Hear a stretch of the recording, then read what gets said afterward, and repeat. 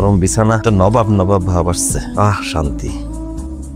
আপনি যা যা শর্ত দিয়েছিলেন আমরা সব শর্ত পূরণ করেছি।